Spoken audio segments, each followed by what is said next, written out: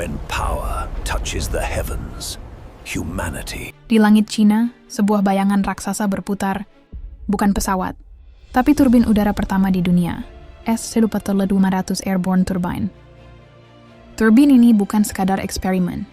Ia melayang di udara, menangkap angin pada ketinggian yang tak pernah dicapai pembangkit biasa. Teknologi ini bisa menghasilkan listrik puluhan megawatt, seolah Cina ingin menyalakan kota dari awan. Namun di balik inovasi ini, ada cerita tragis. Dunia energi berubah, dan kompetisi global semakin panas. SM-900 didesain untuk bertahan di badai besar.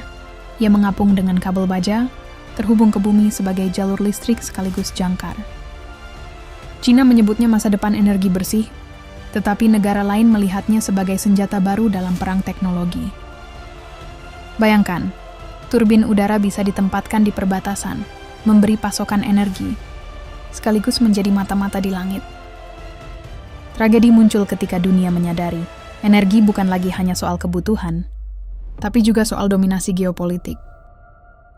Dengan satu turbin, Cina bisa menunjukkan mereka mampu memimpin transisi energi, bahkan tanpa tanah. Sementara Eropa dan Amerika, yang berinvestasi besar pada energi hijau, kini harus mengejar langkah baru ini.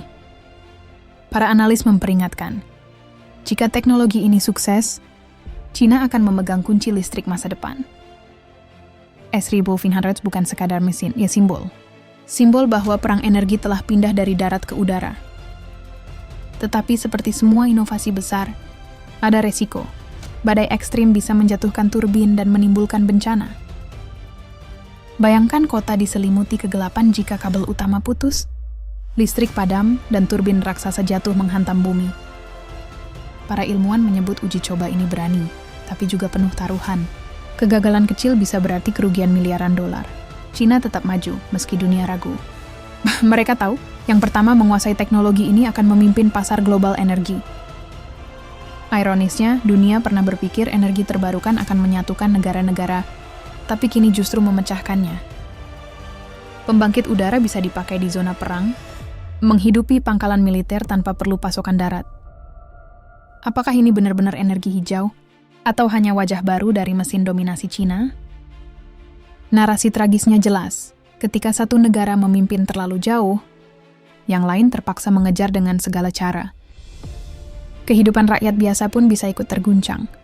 Harga energi dunia bisa melonjak jika monopoli ini berhasil. Sementara itu, aktivis lingkungan bertanya-tanya, apa dampak pada burung migrasi? Pada ekosistem langit yang rapuh? Cina menjawab dengan tenang, risiko kecil dibandingkan manfaat besar. Dunia harus percaya atau terpaksa kalah. Dengan S-200, Cina ingin menulis ulang peta energi global. Dunia lain hanya bisa menonton atau meniru. Setiap putaran turbin di langit adalah pengingat. Energi kini jadi senjata baru, senyap tapi mematikan. Apakah kita sedang menyaksikan masa depan listrik, atau awal dari perlombaan teknologi yang tragis? Di Washington, Brussels, dan Tokyo, rapat darurat digelar. Pertanyaannya sama, bagaimana menghadapi gebrakan Cina ini? Sementara rakyat dunia hanya bisa menunggu. Apakah teknologi ini membawa cahaya atau justru kegelapan? S-500 adalah harapan, sekaligus ancaman.